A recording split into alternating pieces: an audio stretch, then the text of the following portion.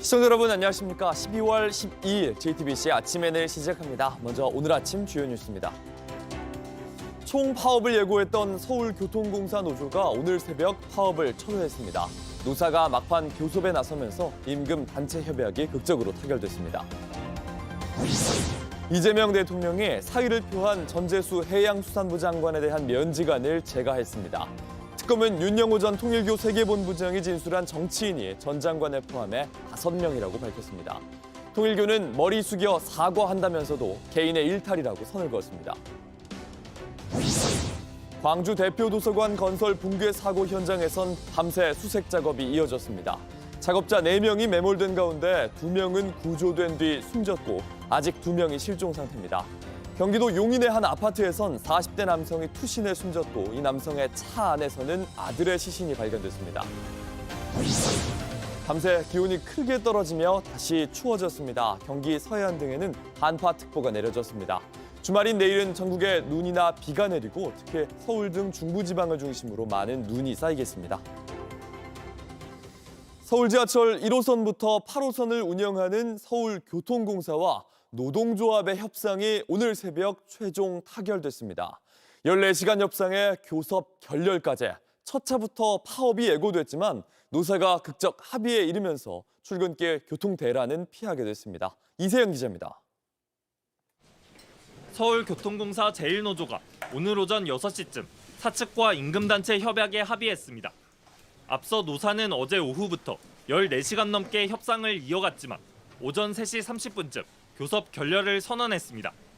쟁점은 인력 충원 규모와 임금 인상 폭이었습니다.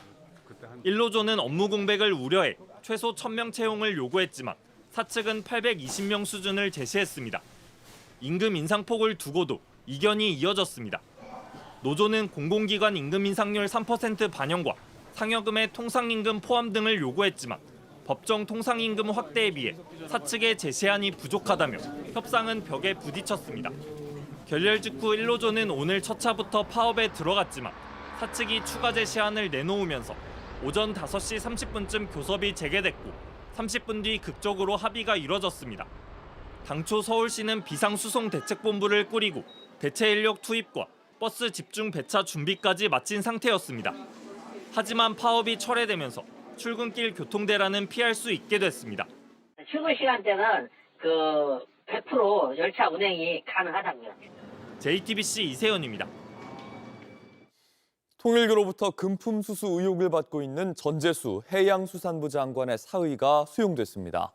윤영호 전 통일교 세계본부장이 진술한 정치인 지금까지 모두 5명입니다.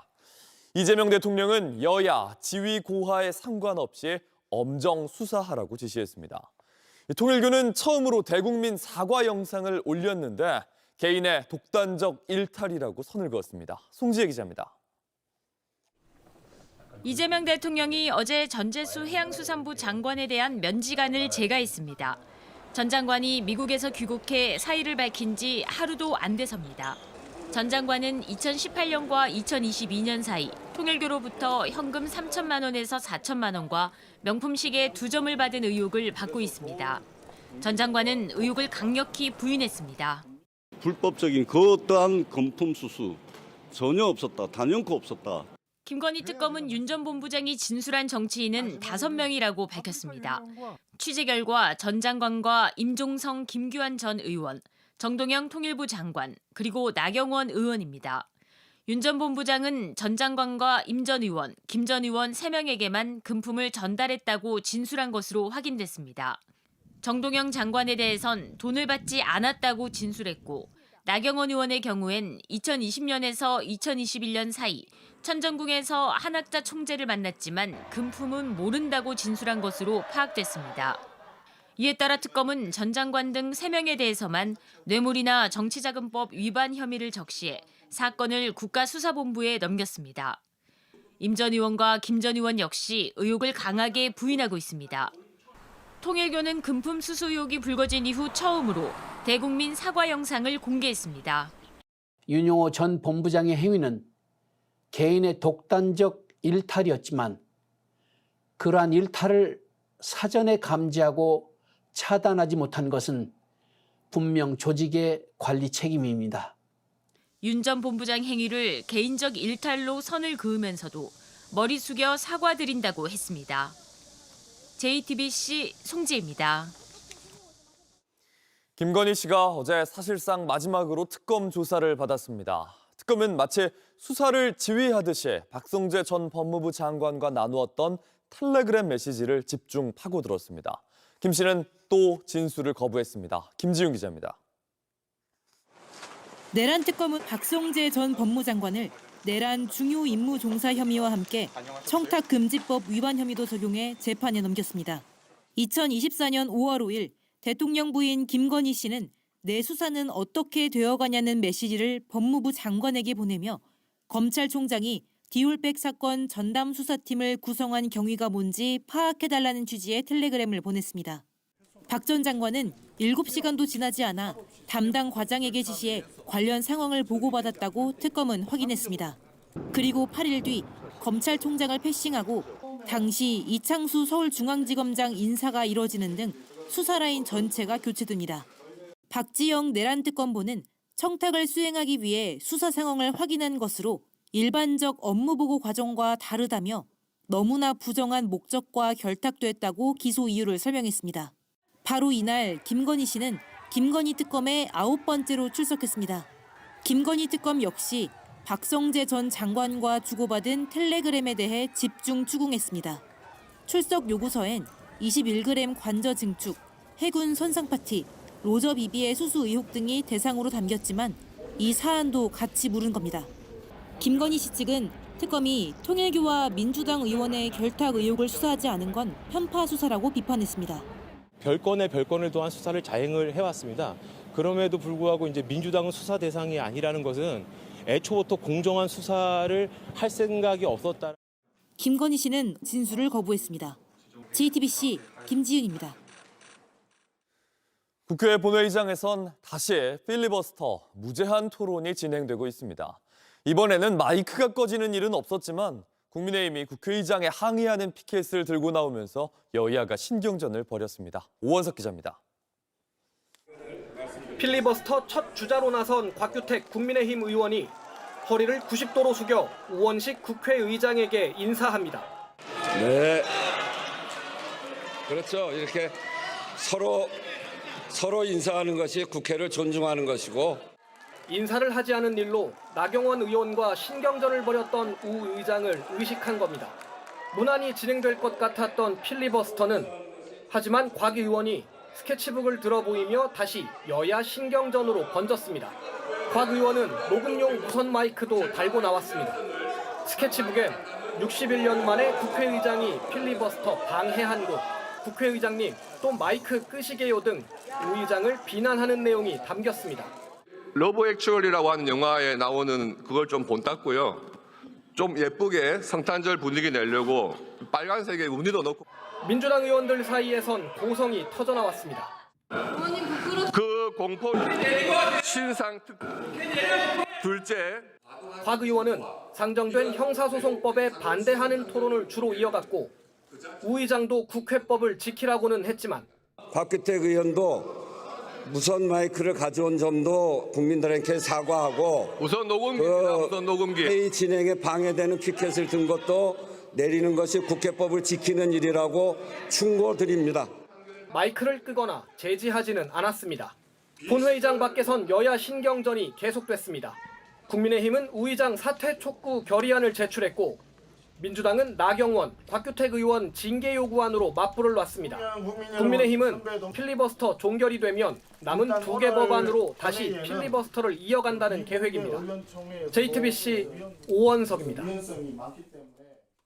온라인에서 화제가 된 뉴스, 화제가 될 뉴스를 골라 전해드립니다. 아침엔 소셜픽입니다. 백화점에서 노동조합 조끼를 입고 있는 고객에게 옷을 벗어달라고 요구해 논란이 되고 있습니다. 다른 손님이 불편해한다는 게 이유였습니다. 우리가 이래야 되겠습니까? 조끼 입었다는 이유로 이런 취급을 받아야 되겠어요? 공공장소의 에티켓이라는 게 우리 공공장소에 이러고 다 다녀요. 본인의 일이면 어쩔 수 없긴 한데요. 그게 혐오가 아닌가 단 한 번 생각합니다. 지난 12일 저녁 금속노조 조합원들은 집회에 참석한 뒤에 식사를 하기 위해 서울 잠실의 백화점 식당가를 찾았습니다. 입구에 들어가자마자 보안 요원이 제지를 해서 우선 모자를 벗었는데 다른 고객이 불편해한다며 찾아와 옷도 벗어달라 요청했습니다. 백화점의 규정 때문이란 이유였습니다. 저희는 도저히 이해가 안 돼서 아니 이 투쟁조끼를 입었다고 불편하게 한다는 거는 이런 것을 입은 사람들에 대한 혐오가 아니냐 이거는. 이제 저희는 한 10명이 갔는데 그렇게 계속 식사를 못하고 옥신각신하게 되니까 몇 명은 그냥 아예 간다 그러고 그냥 가버리고 그래가지고 사실은 저희의 식사를 어떻게 보면 망친 거죠. 뭐. 누가 손님의 식사를 망치고 있는 거냐? 영상은 소셜미디어에서 크게 화제가 됐습니다. 백화점 측은 용역업체 직원의 과도한 대응이었다며 출입 고객의 복장과 관련한 별도의 규정은 없다고 밝혔습니다. 유선상 당사자에게 사과를 전했고 출입 규정에 대한 매뉴얼을 정리해 사례가 재발하지 않도록 하겠다고 덧붙였습니다. 현장에 함께 있던 현대차 비정규직 지회 등은 오늘 백화점 앞에서 노조 혐오에 항의하는 입장을 발표할 예정입니다. 앞으로는 인공지능이 생성한 영상에 디즈니 캐릭터를 사용할 수 있게 됩니다. 디즈니는 오픈 AI에 10억 달러를 투자하기로 약속했습니다. So it gives us an opportunity really to play a part in what is really a breathtaking growth in essentially AI and new forms of media and entertainment. 지금까지 오픈 AI에 지브리 스타일 이미지 생성 등을 놓고 저작권 논란에서 자유롭지 못했는데요. 디즈니가 오픈 AI의 동영상 생성 인공지능 소라에서 약 200개의 캐릭터를 이용자가 활용하도록 허용하기로 했습니다. And I hope that it'll unleash a whole new way that people use this technology and a new model for the companies making the technology and rights holders to sort of responsibly figure out how to get this done together. 30초 내외의 영상을 만들 수 있는데 배우나 캐릭터의 목소리 또 이름과 초상권은 쓸 수가 없습니다. 디즈니는 구글 등 다른 플랫폼과도 대화를 했지만 지적재산권을 존중하지 않는 등 대화의 진전을 이루지 못했고 결국 내용 증명까지 보냈다면서 이번 협업이 새로운 방식으로 디즈니 캐릭터와 상호작용하는 기회가 되길 바란다고 덧붙였습니다. 폴란드의 상원 의원이 기자를 모욕하면서 유럽에서 논란이 되고 있습니다. 이름을 알리기 위해 의회에서 의원들이 지나친 행동들을 벌이고 있다 이런 분석이 나옵니다. Zachowuje się, jakby pani miała orzeszek w głowie, a nie mózg, który pani redaktor... 현지 시간 10일 폴란드 공영방송 TVP의 기자가 국회에서 한 상원 의원과 한 인터뷰를 보도했습니다. 러시아의 요구대로 행동하는 미국으로부터 폴란드가 외교적으로 어떻게 대응할 건지 물었는데 대화가 거칠어지더니 갑자기 몸에 손을 댑니다. Pani robi wszystko, wyłączy pani... Proszę, ale... Pani, nie, wyłączę, bo pani... Nie, bo proszę mnie nie dotykać, to jest dźwięk grany. I proszę mnie nie... 사건이 논란이 되자 유럽 의회에선 상원 의원을 고발한다는 의원도 등장했습니다. 이 기자는 25년 동안 국회에서 이런 일은 처음이라면서 국회에서 미디어에 알려지기 위한 모욕적인 언행과 폭력이 늘고 있다고 보도했습니다.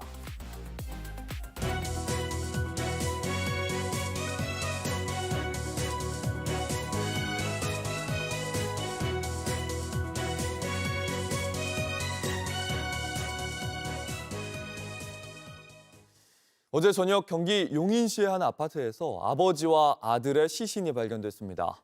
아버지는 아파트 고층에서 떨어져 바닥에, 9살 아들은 차 안에 있었습니다. 광주 대표도서관 건설 현장 붕괴 사고 현장에서는 밤새 실종자를 찾기 위한 수색 작업이 이어졌습니다. 심가은 기자입니다. 차량 틈 사이로 혈흔이 흘러나와 있습니다. 뒷좌석엔 검은 비닐과 피가 묻은 쇼핑백이 있습니다. 어제 저녁 6시쯤 경기 용인시 한 아파트에서 40대 남성과 그의 아들인 9세 아동의 시신이 차례로 발견됐습니다.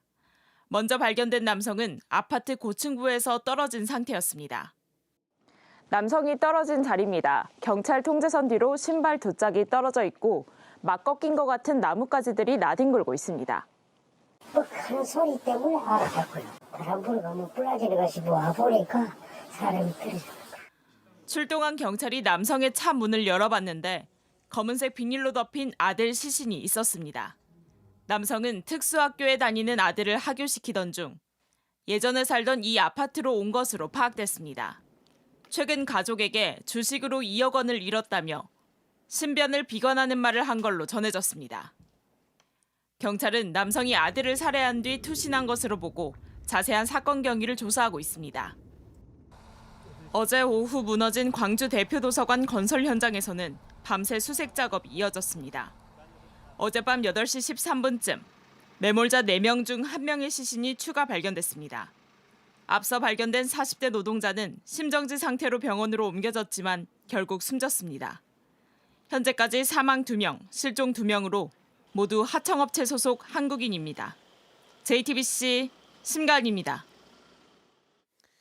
몇 달 전 미국에 간 우리 의원들, 미국 국회의원들에게 우리 미국 기업을 차별하지 말라는 말을 들었습니다.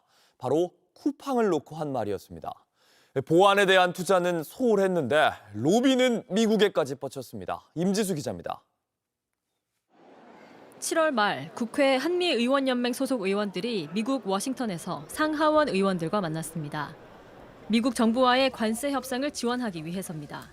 한 의원이 좀 굉장히 화가 난 채로 들어왔어요. 앉자마자 한 이야기가 뭐냐면은 대한민국 국회가 우리 미국 기업을 차별한다. 미 의원이 말한 기업은 쿠팡이었습니다. 지난 6월 대선 당일 쿠팡 배송 기사들이 처음으로 휴무일을 얻어 투표권을 보장받았는데 그걸 차별이라 지적한 겁니다. 5년 전부터 다른 택배 회사들은 보장해온 휴무일로 사실관계조차 틀린 비판이었습니다. 사실 깜짝 놀랐습니다. 대한민국 국회에 대한 로비, 압박을 미국 국회를 통해서 할 거라고는 저도 상상도 하지 못했어요. 당시 미 하원이 우리 공정위에 미국 빅테크 기업 규제 논의에 대한 항의 서한을 보내는 등 신경전이 한창인 상황에서 미 의원이 쿠팡을 거론하자 압박으로 느껴졌다는 설명입니다. 이렇게 로비를 할 돈이 있으면 제발 제품하고 소비자 생각하면 좋겠다. 지난 2022년 5월 조 바이든 대통령 방한 당시 쿠팡 대표가 5대 그룹과 나란히 동석할 수 있었던 것도 워싱턴 임원들의 대관 성과로 알려져 있습니다. 거기 몸에 밴 것 같아요. 로비를 엄청나게 하고 법을 어기는 거를 그렇게 두려워하지 않는데 법 어기는 거는 우리가 1등을 하기 위해서는 어쩔 수 없다라든가. 국내에서도 올해에만 국회, 정부 등 해킹 대응기관 출신 공무원 28명을 영입했습니다. 누가 보기에도 의심스러울 정도로 전관 취업이 과도한 기업이 더 있는지 조사해서 보고해 주시기 바랍니다. 오는 17일 국회 청문회에는 쿠팡의 대관 라인 핵심 인사들이 증인으로 채택됐습니다. JTBC 임지수입니다. 미국 트럼프 행정부가 무비자 입국 심사를 강화하기로 했습니다. 북중미 월드컵을 앞두고 벌어진 조치에 국제인권단체와 유럽 축구 팬들까지 세계 최악의 권위주의 나라들도 안 하는 일이라며 피파까지도 비판하고 있습니다. 로스앤젤레스 홍지은 특파원입니다. 미국을 찾으려는 해외 축구 팬들이 가장 먼저 준비해야 하는 것은 전자여행어가 이스타 신청입니다. 비자 없이 최대 90일간 미국을 방문할 수 있는 제도로 한국과 영국 등 42개국이 대상입니다. 그런데 내년 북중미 월드컵을 앞두고 이 이스타 심사 규정이 크게 강화됩니다. 미 세관 국경보호국 CBP는 지난 5년간 사용한 SNS 계정 정보 제출을 의무화했고 신청자의 지문, 유전자 등 생체 정보는 물론 가족 정보까지 요구할 수 있다고 밝혔습니다. 사실상 사전 검열을 예고한 건데 유럽 축구 팬들은 물론 정계와 인권단체까지 반발하고 있습니다. 베리 앤드루스 유럽 의회 의원은 세계 최악의 권위주의 국가들도 이런 공식 정책을 시행하지는 않는다며 비판했습니다. 비난은 피파로도 향했습니다. 국제인권단체인 휴먼 라이츠 워치와 유럽 축구팬 단체 FSE는 피파가 나서서 트럼프 행정부에 계획 철회를 요구해야 한다고 압박했습니다. 이런 논란에도 트럼프 대통령의 입장은 단호합니다. We just want people to come over here and safe. We want safety, we want security. We want to make sure we're not letting the wrong people come into our country. We're getting rid of a lot of bad ones from jails, from mental institutions, drug dealers. 트럼프 행정부의 새 규정은 미국 경제에도 파장이 불가피하다는 지적도 나옵니다. 북중미 월드컵 특수로 미국 경제에만 305억 달러, 우리 돈 44조 원이 넘는 효과가 예상되지만 보안 강화 조치가 결국 자국 경제까지 흔들 수 있다는 우려가 커지고 있습니다. 로스앤젤레스에서 JTBC 홍지은입니다. 날씨입니다. 오늘은 북서쪽에서 찬 공기가 내려오면서 다시 추워지겠습니다. 경기 서해안과 충남, 호남 곳곳엔 한파주의보가 발효 중입니다. 아침 기온은 서울 영하 4도 등 어제보다 최대 10도가량이 떨어지고 낮 기온도 서울이 7도, 대구 8도 등으로 어제보다 2도에서 7도가량 낮겠습니다. 주말인 내일은 전국에 눈이나 비가 내립니다. 특히 강원도에는 최대 10cm, 수도권에도 최대 8cm의 많은 눈이 쌓이겠습니다. JTBC 아침 N을 마칩니다. 다음 주에도 7시 반에 아침을 열겠습니다. 시청해주셔서 감사합니다.